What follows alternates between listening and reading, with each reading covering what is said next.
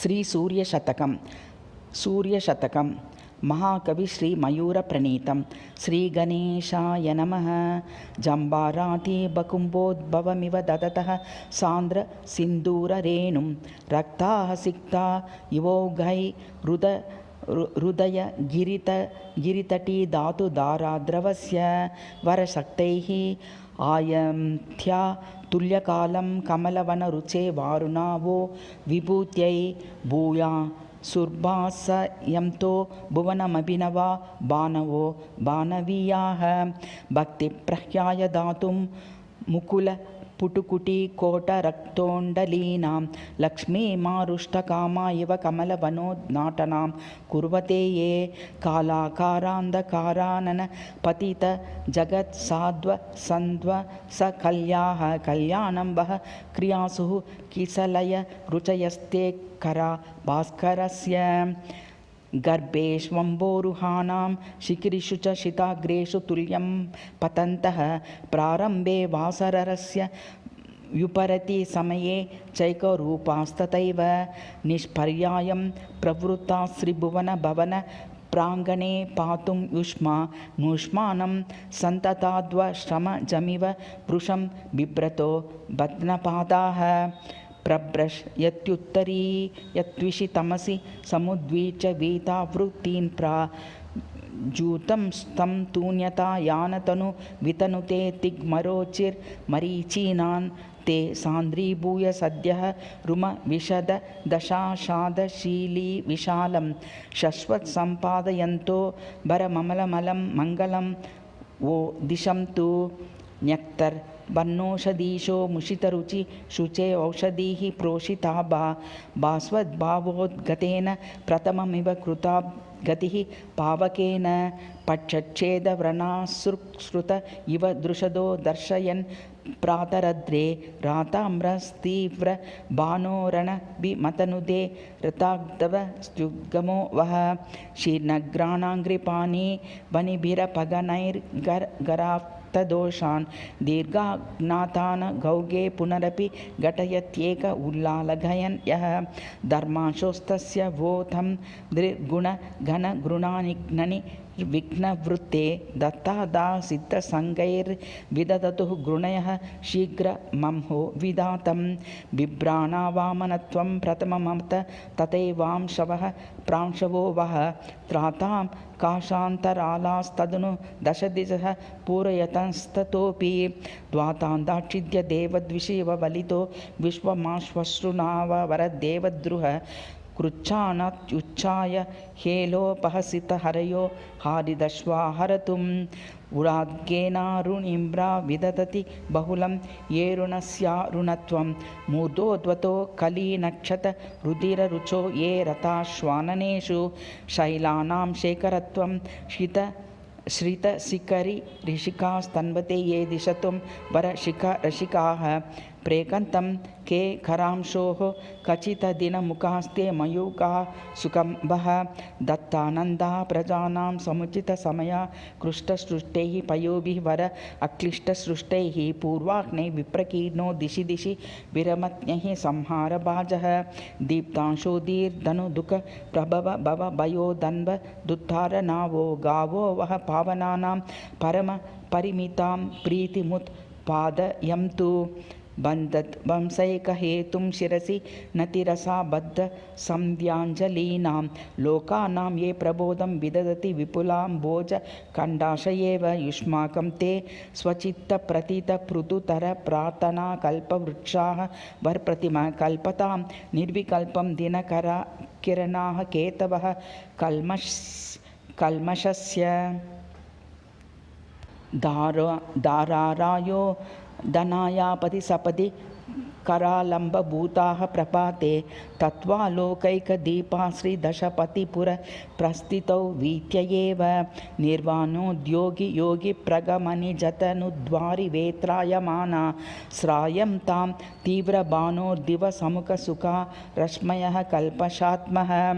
वर तीव्रभासः वर कश्मलद्वादः प्राचि प्रागाचरन्त्यो नतिचिरमचले चारु चूडामणित्वं मुञ्चन्त्यो रोचनाभं प्रचुरमिव दिशा मुच्चकैश्चर्यनाचः चाटुत्कैश्चत्र नाम्नां चतुरमविचलैर्लोचनैरक्ष्यमाणावर्षुचिरं चेष्टतां चिन्तितानामुचितमचरमाश्चडरो चिरुचो वः एकं ज्योतिर्दृशो द्वे त्रिजगति गतित्याज्य जास्यैश्चतुर्भिर्भूतानां पञ्चमं यान्यालमृतुषु तथा षट्सु नानाविधानि युष्माकं तानि सप्तत्रिदश मुनिनुतान्यष्टदि भानो यातिं प्राज्ञे नवत्वं दश ददतु शिवं दीदितीनां शतानि वर ददतु आवृत्ति भ्रात विश्वाः श्रममिव ददतः शोषिणः स्वोष्मनेव ग्रीष्मे धावाग्रितप्ता इव रसम सकृदे दरिद्र्या दयन्ति ते प्रावृष्यात्तपानातिशयरुज इवोद्वान्ततोया हिमर्तो मार्ताण्डस्या प्रचण्डाश्चिरमशुमभिदेबीशवो वो भवन्तु तन्वाना दिग्वधूनां समधिकमधुरालोकरम्यामवस्था मारूढप्रौढिलेशोत्कलितकपिलमालङ्कृति केवलैव उज्जम्भ्राभोजनेत्रद्युतिनि दिनमुखे किञ्चिदुद्विभानः स्म शुश्रेणीव भासां दिशतु दशशती शमधर्मद्विषो वः मौली दोर्मेषमोषी द्युतिमिति वृषभाङ्केन यः शङ्किनेव प्रत्यग्रोद्घाटिताम्बोरुह कुहरघुः सुस्थितेनैव दात्रा कृष्णेन द्वातं कृष्णस्वतनु परिभवत्रस्नुनेव स्तुतोल्यं त्राणायस्तात्तनीयानपि तिमिररिपोः सत्विषा मुद्गतो वः विस्तीर्णं व्योमदीर्घाः सपति दश दिशो व्यस्तवेलाम्बसोद्भीन् कुर्वद्भिदृश्या नानानगर नगो भोगपृथ्वीं च पृथ्वीं पद्मिन् उच्छ्वास्यते यैरुषसि जगदपि ध्वंसयित्वा तमेस्रा मुस्रा विस्रंसयन्तुं द्रुतमनिबिमतं हे सहस्रद्विषो वः वर विस्रावयन्तु अस्तव्यस्तवशून्यो निजरुचिरनिशानश्वरः कर्तुमीशो विश्वं वेश्मेव दीपः प्रतिहततिमिरं यः प्रदेशस्थितोऽपि दिक्कालापेक्षयासो त्रिभुवनमटतास्ति मानोर्नवाक्यां यातः शातऋतव्यां दिशि दिशतु शिवं सोर्चिषा मुद्गतो वः मागान्म्लानि मृणाली मृदुरिति दय एवा प्रविष्टो हि लोकं लोकालोकस्य पार्श्वं प्रतपति न परं यस्तदाख्यातमेव ऊर्ध्वं ब्रह्माण्डखण्डस्फुटनभय परित्यक्तदैज्ञादृसीम्नि स्वेच्छावश्यावकाशावधिरवतु स वस्थापनो रोचिरोधः अस्यामः काल एको न भवति भुवनान्तोऽपि वीतेन्धकारे वरवीतान्धकारः सद्यः प्रालेयपादो न विलयमचलश्रद्धमा अप्युपैति बन्धः सिद्धाञ्जलीनां न हि कुमुदवनस्यापि यत्नो जिहाने तत्प्रातः प्रेक्षणीयं दिशतु दिनपतेर्धाम कामादिकं वः यत्कान्तिं पङ्कजानां न हरति कुरुते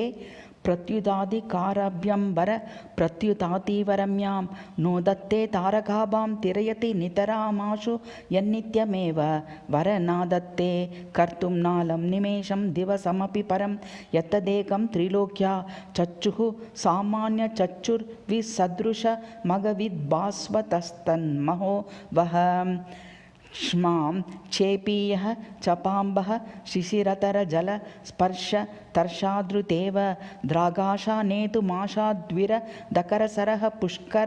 पुष्करानीव बोधं प्रातः प्रोलन्द्य विष्णोः पदमपि दृढयेवातिवेगाद्वतीय स्तुत्या मध्योतमानादहुतु दिनपतेर्दुर्मिनत्तं द्युतिर्वः नो कल्पापाय वायोरदय यदलक्ष्मणाधारस्यापि गम्यावरशम्या गोडाद्गीर्णो ज्वलश्रीरहन्निन रहिता नो तमः कञ्चलेन प्राप्तोत्पत्तिः पन्तगान्न पुनरुपगता मोषमुष्णात्विषो वा वर्तिः सैवान्यरूपा सुखयतु निखिलद्वीपदीपस्य दीप्तिः निशेषाशावपूरप्रवण गुरुगणश्लाघनीयस्वरूपा पर्याप्तं नोदयादो दिनगमसमयोत् पप्लवे युन्नतैव अत्यन्तं यानभिज्ञाचनमपि तमसा साकमेकत्र वस्तुं बध्नस्येदा रुचिर्वो रुचिरिव रुचितस्याप्तये वस्तुनोस्तु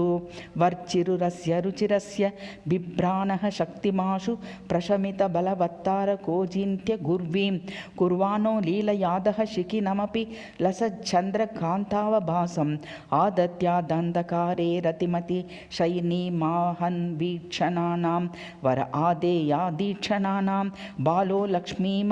पारामपर इव गृहोर्हर्पतेरातपो वह जोस्रां शाकर्ष पाण्डुयद्युति तिमिरमशिशेषकल्माषमीश जुम्ब्रोद्भूतेन पिङ्गसरसिजरजसा सन्ध्यया शोणशोचिः प्रातः प्रारम्भकाले सकलमपि जगच्चित्रमुन्मीलयन्ती कान्तिस्तीना विशोष्णां मुदमुपयनत तात्तूलिके वातुलाम्बः आयातिं किं सुमिरोः सरणिररुणिता पद्मरागैः परागैर्राहोस्तु स्वस्य महारज नविरचिता वेजयन्ती रथस्य माञ्जिष्टि पृष्ठवाहा बलिविदुत शिरश्चामरालीनुलोके वरचामरालीव राशङ्क्यालोकितैवं सवितुरघनुदे सा प्रभातप्रभावः द्वां तद्वंसं विदत्तेन तपति रुचिमन्नातिरूपम्य नक्ति न्यक्तं नीत्वापि नक्तं न वितरति तरां तावदह्यस्विश्वः यः वर्ण्यक्तामहि स प्रातर्मा विरंसीद सकलपटिमा पूरयन्तुष्मदाशा माशाकाशावकाशावतरण तरुण प्रक्तमोर्कप्रकाशः तीव्रं निर्वाणहेतुर्यदपि च विपुलं यत् प्रकर्षेण चानु प्रत्यक्षं यत् परोक्षं यदिह यदपरं नश्वरं शाश्वतं च यत् सर्वस्य प्रसिद्धं जगति कतिपये योगिनो यद्दिदन्ति ज्योतिस्ताद्विप्रकारं सवितुरवतु यो ब्राह्ममाभ्यं तरं च रत्नानां मण्डनाय प्रभवति नेतोद्देश लब्धावकाशं वह्नेदार्वादि दग्धुं निजजडिमतया कर्तुमानन्दमिन्दोः यच्चत्रैलोक्यभूषा विगिरगदहनं यादि वृष्टपाशु तद्वो वर्यत्तु बाहुल्योत्पाद्य कार्यादिकतरमवतारदेकमेवार्कतेजः मीलचक्षुर्विजह्य श्रुति जडरसनं निग्नितग्राणवृत्ति स्वव्यापारक्षमत्वक् परिमुषितमनः श्वासमात्रावशेषं विस्रस्ताङ्गं पतित्वा स्वपदपहरादादश्यां वोर्कजन्मावर अप्रियं कालव्यालावलीडं जगदगद इवोत्थापयन् प्रतापः निशेषं नैषमम्बः प्रसभमपनुदन्नशूलेशानुकारी स्तोकस्तोकापनीतारुण रुचिरादस्तदोषानुषङ्गः दाता दृष्टिं प्रसन्नां त्रिभुवननयन स्याशु युष्मद्विरुद्धम् बद्याद्रपस्य सिद्धां जनविधिरपरः प्राज्ञोर्चिर्प्रचारः भूत्वा जम्बस्य बेतुः ककुभि परिभवां बभूः शुभ्रभानो वरस्थित्वा बिर्भाना बभ्रुभावं प्रसभमभिन वाम्बोजजृम्भा प्रगल्भा भूषा भूयिष्ठशोभा त्रिभुवनभव नस्यास्य वैभाकरी प्राग् बिभ्रातां राजमाना विभवतु विभवोद्भूतये सा विभावः वर्निर्भाति विभ्रान्ति संसक्तं सिक्तमूलादभिनव भुवनोद्यान कौतूहलिन्या यामिन्या कान्य एवा मृतकरकलशावर्जितेनामृतेन अर्कालोकः क्रियादो मुदुमुद यशिरश्चक्रवालाल वाला दद्युन्बालप्रवालप्रतिमरुचिरः पादप्ररोहः भिन्नं बासारुणस्य क्वचिदभिनवया विद्रुमाणां त्विषेव त्वक्नक्षत्र रत्नद्युतिनिकरकरालां क्वचिश्च नाम तन्निशेषकृष्णाश्रिय मुदधिमिव त्वां धरांसि पिबन्धस्ता दौः पूवोऽप्यपूर्वग्रिरेव भवदगप्लुष्टयेर्कावभासः गन्धवैगद्य पद्दव्यतिकारि तव चोह्यद्य मातोद्य वाद्यै राध्यैर्यो नारदार्दैर्मुनिभिरभिनुतो वेदवेद्यैर्विविद्य वरवीतवेद्यैर्विविद्य विविन्त्य आसाद्य पद्यते यं पुनरपि च जगद्यौवनं सद्य उद्य न्युद्योतो द्योति तद्योर्दतु दिवसुकृतो साववध्यानि वोद्य आवानैश्चन्द्रां कान्तेच्युतति मिरतया तानवत्तारकानावर आवां तैः मेनां कालो कलोपादुपह तम महसामोषधीनां लयेन आरादुत्प्रेक्षमाना क्षणमुदयतटां तर्हि तस्या हि मांसो राभाप्रभातिकी वोवतु न तु नितरां तावदार्विर्भवन्ति सा नो सनोदये नारुणितदलपुनर्यौवनानां वनानां वरलसद्यौवनानां माली मालीडपूर्वा परिह्यत कुहरोपान् निम्रा भावो भावोपशातिं तिशतु दिनपतेर्भासमाना समाना राजी राजीवरेणो समसमयमुदेतीव यस्या वचस्या उज्जृम्भा बोरुहाना प्रभवति पयसां याश्रिये नोष्णतायै पुष्णात्यवलोकमात्रं न तु दिशति दृशां दृश्यमाना विधातं पूर्वीद्रेरैव पूर्वं दिवमनु च पुनः पावनि दिक्मुखाना वरतातः मेनां स्यैनी विभासो नुदतु नुतिपदैकास्पदं प्राक्तनीं वः वाचां वाचस्पतेरप्यचल विदुजिताचार्यकानां प्रपञ्चैर्वैरचानां ततोच्चारि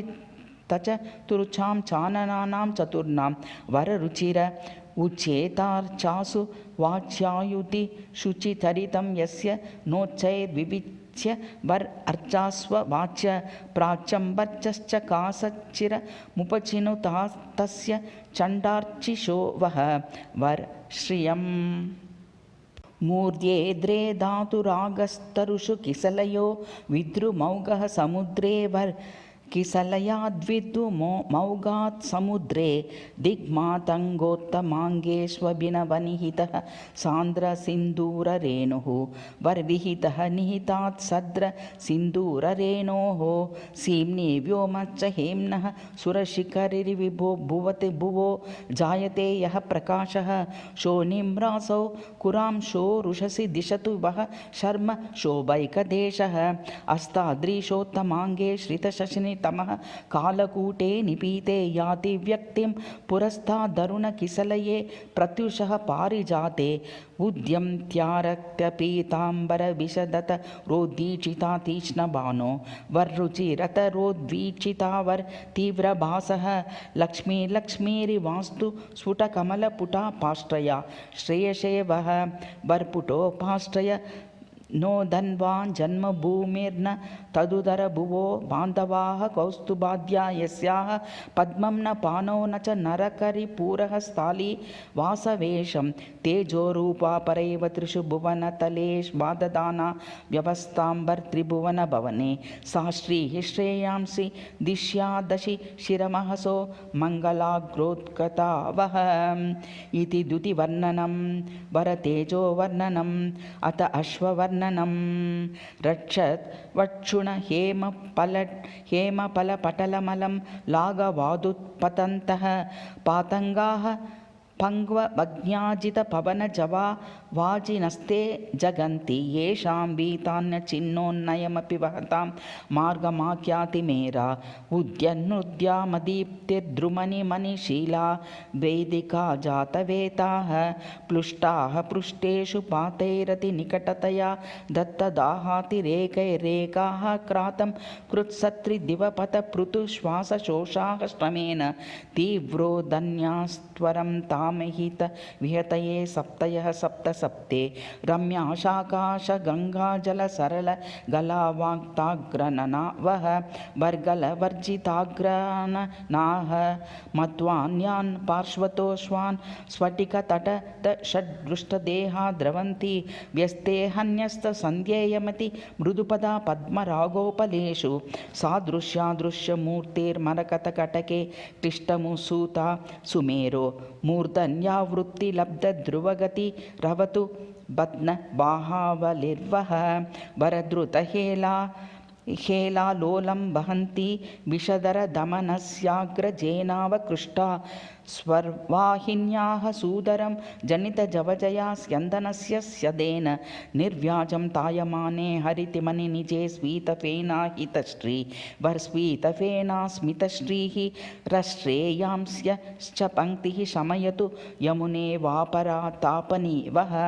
मार्गोपान्ते सुमेरोर्नुवति कृतनतौ नाकदाम्नां निकाये वीक्षव्रीडानतानां प्रतिकुहरमुखं किन्नरैणां मुखानि सूते सूयत्यपीशजडगति वहतां कन्दरोदैर्वलब्धि कन्दराग्रैः वाहानां व्यस्य ताद्वः सममसमहरेर्हेषितं कल्पशानीम् दून्वन्तो नीरदालिर्निजरुचिहरिताः पार्श्वयोः पक्षतुल्या स्थालुतानैः कलीनैः खचितमुखरुचश्योतता लोहितेन उड्डीयेव व्रजन्तो वियति गतिवशादर्कवाः क्रियासुः क्षेमं हेमाद्रिह्य द्रुमशिशिखरशिरः श्रेणिशाखाशुकावः इति श्रवर्णनम् अथ अरुणवर्णनं प्रातः शैलाग्ररङ्गे रजनिजवनिका पाय संलक्ष्य लक्ष्मी विक्षिप्ता पूर्वपुष्पाञ्जलि मुडुनिकरं शूद्रधारायमानः यामेष्वङ्केष्विवाहः कृतरुचिषु चतुर्वेव जातप्रतिष्ठावर यातप्रतिष्ठाम् मव्यात् प्रस्तावयन्वो जगतटनमहानाटिकायां सूर्यसूतः आक्रान्त्या वाह्यमानं पशुमिव हरिणा वाहकोग्र्यो हरीणां भ्राम्यन्तं पक्षपातात् जगति समरुचिः सर्वकर्मैकसाक्षी शत्रुं नेतश्रुति नाम वचयति द्वयो ज्येष्ठभावे समेपि स्ताम्नां दाम्नां निर्दयः स भवदगनुदे नूतनः स्तातनूरुः दत्तोर्गैर्दूरनम्नेर्वियति विनयतो वीक्षितः सिद्धसात्यैः वरसिद्धसाध्यैः सानात्यं सारथिर्वः स दशशतरुचैः सातिरेकं करोतु आपीय प्रातरेव प्रततहिमपयः स्यन्ति नीरिम्बुभासो यः काष्ठादीपनोग्रे झटितैव वृषं सेवते पृष्ठतोर्कम् मुञ्चन्नश्मीदिनादौ दिनगमसमये संहरश्च स्वतन्त्र स्तोत्रप्रख्यातवीर्यो विरत हरिपदाक्रान्तिबद्धाभियोगः वरवितत कालोत्कर्षाल्लदुत्वं प्रसभमधिपतौ योजयन्त्यो द्विजानां सेवा प्रीतेन पूष्णात्मसमैव कृतस्रायतां सोरुनेवः वरस्वसमशातः श्यामलातायः परशुरिव तमोरन्य पत्नेरिवार्चिः वरदाहे दवाबः प्राच्येवार्गे ग्रहीतुं ग्रहकुमुदवनं प्रागुदस्तोग्रहस्तः वर्प्राचीवाग्रे ग्रहकुमुदरुचिम् ऐक्यं बिन्दं द्युभूम्योरवधिरिव विद्यातेव विश्वप्रभो देवानां वो विनेता व्यपनयतु विपन्नाम दामाधिपस्य पौरस्यस्तोयदर्थो पवनैव पतत्पावकस्यैव धूमो वरपतन् विश्वस्यैवादिसर्गं प्रणवः इव परं पावनो वेदराशेः सन्ध्यानृत्यो सवेच्चोरिव मदन रिपोर्नदि नाम्दीनिनादः सौरस्याग्रे सुखं वो वितरतु विनता नन्दनः स्यन्दनस्य वरस्यन्दनो वः पर्याप्तं तप्तचामी करकटकतटे श्लिष्टशीतेतरांशा वासीदस्यन्दनाश्वानुकृतिमरकते पद्मरागायमानः वर आश्वान् कृतमरकते यः सौत्कर्षां विभूषां कुरुतैव कुलक्ष्मा वृदीशस्य मेरो रेणांस्य ज्ञाय दूरं गमयतु स गुरुः काद्रवेयद्विषो वः नीत्वाश्वन् सप्तकक्षा इव नियमवशं वेत्रकल्पप्रपोदवरकक्ष्या स्तूर्णं द्वां तस्य कृष्णस्य राशावितरजन इवोत्सारिते दूरभाजि पूर्वं पृष्ठो रथस्य चितिबृदधि पतिं दर्शयं स्वायतां वः श्रैलोक्यास्तानदानोद्य तदिव सपतेः प्राक्प्रतिहारपालः वज्रीं जातं विकासीक्षणकमलवनं भासि नाभासि वह्ने वर्णो भासि तातं नत्वाश पार्श्वान्नययम महिषं राक्षसा वीक्षितास्त सप्तींसिञ्च प्रचेतः पवनभजजवं वित्तपावेदितस्त्वं वन्दे शर्वेति जल्पन् प्रतिदिशमधिपान् पातु पूष्णोग्रनीन्वः पाषाणाशा शान्तपालादरुणवर्णतो मां ग्रही प्रग्रहार्थं तृष्णां कृष्णस्य चक्रे जहिः नहि रतो याति मे नैकचक्रः योक्तुं युग्यं किमुच्चैश्रवस समभिलषस्यष्टं वृत्तशत्रोवर त्वाष्टशंशोः स्यक्त्यान्यापेक्ष विश्वोपकृतिरिव रविः शास्तिं यं सोवदात्वः नो मूर्च्छार्चिन्न वाञ्छं श्रमविव शवपूर्णेव नाप्यास्य शोषी पान्तः पत्येतराणि चपयतु भवतां भास्वतोऽग्रे सरहसः यं संश्रित्य त्रिलोकीमटति पटुतरे स्थाप्यमानो मयूकै राराधारामलेखामिव हरितमनिश्यामलां श्वपङ्क्तिम् सीदन्तोऽन्त निर्मज्ज जडकुरमुसलाः सैकते नाकनद्याः स्कन्दं तः कन्दराली कनकशिखरिणो मेखलासु स्खलन्तः दूरं दुर्वास्थलोत्कामरकतदृशदि स्थास्रवो यन्न याताः पूष्णोश्वाः पूरयंस्तेस्तदवतु जवनैर्हुकृते नाग्रगोवः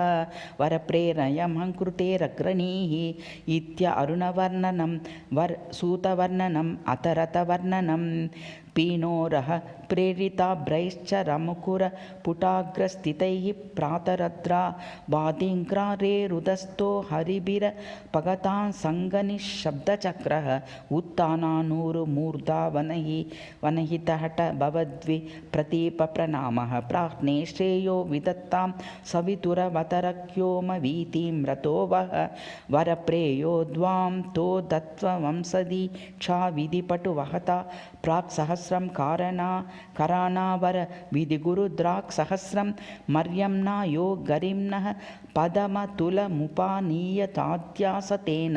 साष्ट्रां तानां नितातम्बरमिव मरुतामक्षमाणां विसोढुं स्कन्दं वज्रजन्वो वृजनविजितये भास्वतः स्यन्दनोऽस्तु योक्तिभूतान्युगस्य ग्रसितुमिव पुरो दशु कान्ददानो देदाव्यास्तां भुवाः बलिविहित बृहत्पक्षविक्षेपशोभ सावित्रः स्यन्दनोऽसौ निरतिशय रय प्रीणितानुरुरेणः चेप्पीयो वो गुरुमानिव हरतु हरिचाविधेय प्रचारः एकाहनैव दीर्घां त्रिभुवनपदवीं लङ्घयन् यो लघिष्ठः वरकृत्स्रां पृष्ठे मेरोर्गरीयान् दलितमणिदृशत्वं पिंशच्चिरांसि सर्वस्येपरिष्टादत पुनरदस्तादिवास्ताद्रिमूरङ्गी पत्नस्यात् एवं दुरधिगम परिसम्पदः स्यन्दनो वः दूद्वस्ताग्रहाणि ध्वजपटपवना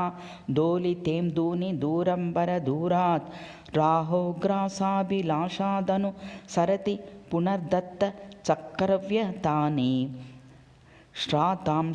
श्वासहेलादुत विबुधदुनि निर्जराम्भासि भद्रं देयासुर्वो दवीयो दिवि दिवसपतेः स्यन्दन प्रास्थितानि अक्षे रक्षां निबध्य प्रतिसरवलयैर्योज्ज्वलयत्यो युगाग्रं दुस्तम्भे दुग्धधूपाः प्रहितसुमनसो गोचरे कूबरस्य चर्चाचक्रे चरन्त्यो मलयजपयसा सिद्धवद्वश्री सन्ध्यम्बरचर्चा वदं ते यं दुर्मार्गे स नुदतु दुरितान्यशुमत्स्यन्दनो वः उत्कीर्णस्वर्णरेणुधृतकुरदलिता पार्श्वयोः शश्वदश्वैवर रेणुधृतरक्षान्त भ्रान्तचक्रक्रमनिखिल मिलद्नेमि निम्नाभरेण मेरो मूर्धन्यगम्बो विघटयतु रवेरे कवेति रथस्य स्वोष्मो दक्ताम्बुरिक्तप्रकटितपुलिनोद्दूसुरा स्वर्धुनीव वरस्वोष्मादस्ताम्बु नन्तुं नाकालयानामि निशमनुयुतां पद्धन्तिः पङ्क्तिरेव वर उपयतां चोदो नक्षत्रराशेरदयरयमिल चक्रपिष्टस्य दूरिः हेष यादो हरीणां सुरशिखरधारिः पूरयन्नेमि नादो वरनादो यस्याव्यात्तीव्रमानोः सदिविभुवि यथा व्यक्तचिह्नो रतो वः निस्पन्दानां विमानावलिविततदिवां देववृन्दारकाणां वर बलितदिशा वृन्दैरानन्द सान्द्रोद्यममपि वहतां विन्दतां वन्दितुं नो मन्दाकिन्याममन्दः पुलिनभृति मृदुर्मन्दरे मन्दिराभे वर मन्दराभे मन्दारैर्मण्डितारं दददरि दिनकृत्स्यन्दनं स्थान्मुदेवः।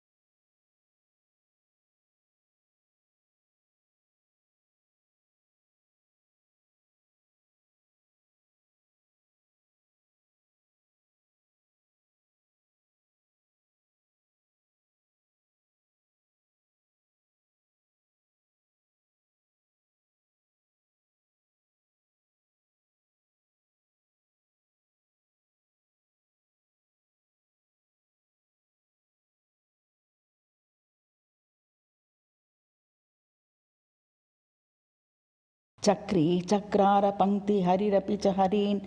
दूर्जटि दूर्वजातां नक्षं नक्षत्रनाथो ऋणमपि वरुणः कूपराग्रं कुबेरः रंहः सङ्गः सुराणां जगदुपकृतये नित्ययुक्तस्य यस्य स्तौति प्रीतिप्रसन्नोन् वहमहि मरुचेः सोवतास्यन्दनो वः वररुच नेत्राहिनेन मूले विहितपरिकरः सिद्धसाध्यैर्मरुद्भिः पादोपान्ते स्तुतोलं बलिहरिरभसाकर्षणा बद्धवेगः भ्राम्यान्यो माम्बुराशावशि शिरकिरणस्यन्दनः सन्ततं वो दिश्लाक्ष लक्ष्मीमपारामतुलित महिमेवापरो मन्दराद्रिः वर अतुल्याम् इतिरतवर्णनम् अतमण्डलवर्णनं यज्जायो बीजमह्नाम पहततिमिरं यच्चक्षुषा मञ्जनं य वर्ज्वायो यद्वीजमह्नाम पह्यत द्वारं यन्मुक्तिभाजां यदखिल भुवन ज्योतिषामेकमोकः यदृष्पम्बो निदानं धरणीरस सुधापनान् पात्रं महद्य देश्यादेशस्य भासां ददति कलमलं मङ्गलं मण्डलं वः भरवेदस्य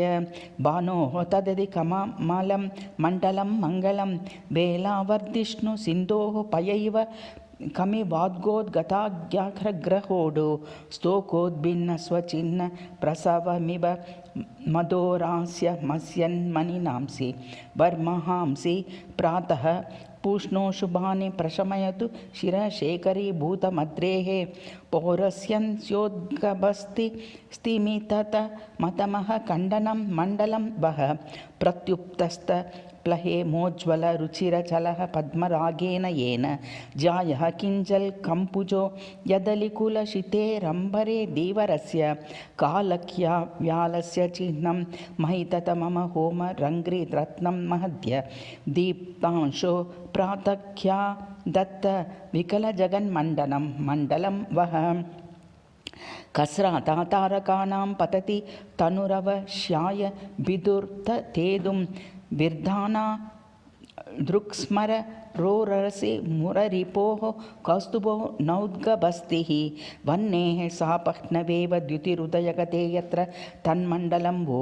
मार्तण्डीयं पुनीता दिवि भुवि च तामांसीव मृष्टन्महांसी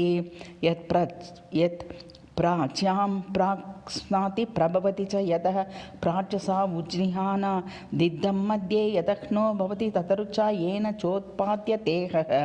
यत्पर्यायेन लोकानवति च जगतां जीवितं यच्च तद्वो विश्वानुग्राहि विश्वं सुजदपि च रवेर्मण्डलं मुक्तयेस्तु शूष्यं त्यूडानुकारा मकरवसतयो मारवीणां स्थलीनां येनोत्तप्ताः स्फुटं तस्तडिति तिलतुलां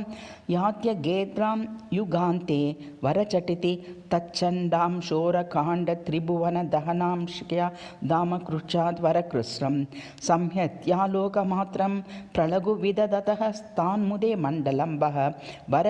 आह्यल्यालोकमात्रं प्रतनु उद्यद्युद्यानवाप्यां बहुलतमतमः पङ्कपूरं विदार्य वर्बल प्रोद्भिन्नं पत्रपार्श्वेष्व विरलमरुणच्छायया विस्फुरन्त्या कल्याणानि क्रियाद्वः कमलमिव महन्मण्डलं चण्डबाणोवर्चण्डरश्मेः रन्वीतं तृप्तिहेतोरसकृदलिकुलाकारिणा राहुना यत् चक्षुर्दक्षद्विषो यन्न तु दहति पुरः पूरयत्येव कामं वर्ण दहति नितरां पुनः नास्तं जुष्टं मरुद्भिर्यदिह नियमिनां ध्यानपात्रं भवाब्दौ यद्वीतश्रान्ति शाश्वतभ्रमदमपि जगतां भ्रान्तिमभ्रान्तिहन्ति पद्मस्याख्याद्विरुद्धक्रियमत च हितादायि तन्मण्डलं वः इति मण्डलवर्णम् अत सूर्यवर्णनं सिद्धेः सिद्धान्तमिश्रं श्रितविधि विबुधैश्चारणैश्चाटुगर्भं गीत्या गन्धर्वमुख्यैर्मुहरहिपति बिर्यातु दानैर्यतात्मा सार्धं सार्धैर्मुनीन्द्रैर्मुदितमतमनो मोक्षिभिः पक्षपातावरमोक्षुभिः प्राप्तः प्रारभ्यमाणा स्तुतिरवतु रविर्विश्वपं द्योतयो वः भासामासन्न भावादति कतरपटोश्चक्र बालस्य तापा चेदादाच्छिन्न गच्छत्तुरगव कुरपुटन्यासनिःशङ्कटैकैः वरन्यस्त निस्संग स्यन्दनांग भ्रमण निकषनात् पातु वस्रि प्रकारं वर्ध्रि प्रकारैः तप्तांशुस्तत्परीक्षापरयव परितः पर्यटन् हाटकाद्रिं नो शुष्कं नाकनद्या विकसित कनकाम्बोजया भ्राजितुं तु वर कनकाम्बोरुहा प्लुष्टा नैवोपभोग्या भवति वृषतरं नन्द नोद्यानलक्ष्मीः नो शृङ्गानि धृतानि धृतममरगिरेः काल दौतानि दौता निदं दाम दुर्मार्गे मद्रयति दपयात् यत्र सोऽर्कोऽवताद्वः द्वां तस्यैवान्तहेतुर्न भवति मलिनैकात्मनः पात्मनोऽपि पादोपान्तभाजां जनयति न परं पङ्कजानां प्रबोधं कर्ता निःश्रेयसानामपि न तु खलु यः केवलं वासराणां सोऽव्यादेकोद्यमेच्छा विहित बहुबृहुदिष्व कायोर्यामावं लोटं लोष्टा विचेष्ट श्रितशयनतलो निस्सहीभूतदेहः सन्देही प्राणितव्ये सपदि दशदिनः प्रेक्षमाणोद्वङ्काराः निःश्वासायासनिष्टः परमपरवशो जायते जीवलोकः वर चिरतरवशो शोकेनेवान्यलोकानुदयकृति गते यत्र सोऽर्कोऽवदात्वः वरलोकाभ्युदय क्रामल्लोलापि लोकांस्तादुपकृति कृता वाष्टितः स्थैर्यकोटिं नृणां दृष्टिं विजिह्यां विदधदपि करोत्यं तरत्यन्तभद्रां यस्था पश्यामि हेतुर्भवति नियमिनामेकनिर्वाणदायी भूयात्स प्रागवस्थादिकतरपरिणामोदयोर्कः श्रिये वः व्यापन्नतुर्नकालो व्यभिचरति फलं नौषधि वृष्टिरिष्टा नेष्टे स्तुत्यतं देवा नहि वहति मरुन्निर्मला बाणि बाणि आशाः शान्तां न बिन्दित्यवधिमुददयो बिभ्रति क्ष्मामृतः क्ष्मां यस्मिन् त्रैलोक्यमेवं न चलति तपति सात्स सूर्यः श्रिये वः कैलासे कृत्यवासा विहरति विरहत्रासदेहोडकान्तः श्रान्तः शेते महाहावदिचलदि विना छद्मना पद्मनाभः योगोद्योगैकतानो गमेति सकलं वासरं स्वं स्वयं भूरि त्रैलोक्यचितामृति भुवनविभौ यत्र भास्वान्तवो व्यात् एतदन्मण्डलं के तपति दिनकृतस्था रुचोर्चीर्षियानि द्योतं ते तानि सामान्ययमपि पुरुषो मण्डलेर्नुर्यजूषि एवं यं वेदवेदत्रियमयमयं वेदवेदी समग्रो वग्रः स्वगा पवर्गप्रकृतिरविकृतः सोऽस्तु सूर्यः श्रिये वः नौकौकः प्रत्यनीकक्षति पटुमहसां वासवाग्रेसराणां सर्वेषां साधुपातां जगदिदमति तेरात्मजत्वे समेऽपि येनादित्याभिधानं निरतिशयगुणैरात्मनि न्यस्तमस्तु वरं गुणोत्मानि नाकौकः प्रत्यनीकक्षति पटुमहसां वासवाग्रेसराणां सर्वेषां साधुपातां जगदिदमतिरेतात्मजत्वे समेऽपि येनादित्याभिधानं निरतिशयगुणैरात्मनि न्यस्तमस्तु वर गुणेनात्मनि स्तुल्यस्त्रैलोक्यवन्दे श्रीदशमुनिगणैः संश्वमान् श्रेयसे वः भूमिं दाम्नोऽभिवृष्ट्वा जगति जलमयीं पावनीं संस्मृताव वर्धामोत व्याघ्रेयीं दाहशक्त्या मुहुरपि यजमानां यथा प्रातितातैः वर यजमानात्मिकां लीनामाकाश एवामृतकरघटितां द्वान्तपक्षस्य पर्वन्वेवं सूर्योदष्टभेदां भवैव भवतः पातु बिभ्रत्स्वमूर्तिं प्राक्लालो निद्र पद्म पद्माकरपरिमल नाविर्भवत् पादशोभो भक्त्या त्यक्तोरुखेदोद्गति दिवि विनता सूनुना नीयमानः सप्ताश्वाप्तारान्ताद्दिकमदरयन्त्यो जगन्ति स्तुतोल्यं देवदेवैः स पायादपर इव मुरारातिरह्नां पतिर्वः यः स्रष्टापां पुरस्तादचल वरसमभ्युन्नतेर्हेतुरेको लोकानां यस्रयानां स्थित उपरि परं दुर्विलन्त्येन दाम्ना वर्षत्रयाणां सद्यः सिद्धै प्रसन्यदुति शुभचतुरुषामुखः स्थाब्दिभक्तो वररुचि द्वेदा वेदा इवाविष्कृतकमलरुचिः सोर्चिषा मा करोवः साद्रिदुवा नदीश दिशति दश दिशो दर्शयत् प्रागृशो यः वरद्रागृशो सादृश्यं दृश्यतेनो सदश शतदृष्टित्रैदशे यस्य देशे दीप्ताशुर्वं स दिश्यादशि वयुग दशादर्शितद्वादशात्मा शंसास्त्यांश्च यस्याशय विदति शया द्रुशुकशनाद्यः तीर्थानि व्यर्थकानि हृदनद सरसिनिर्जरा भोजिनीं नाम नोदन्वन्तो नुदन्ति प्रतिभयमशुम बश्वभ्रपातानुबन्धि आपो नाकापगया अपि खलु शमुषो मञ्जतां नैव यत्र वर स्वर्गापगायाः त्रातुं यातेन्यलोकान् स दिशतु दिवसम्यैकहेतुर्हितं वह वर्लोकम् एतत्पातालपङ्कप्लुतमिव तमसैवकमुद्गाढमासी दप्रज्ञाता प्रतक्यं निरवगति तथा लक्षणं सुप्तमन्तः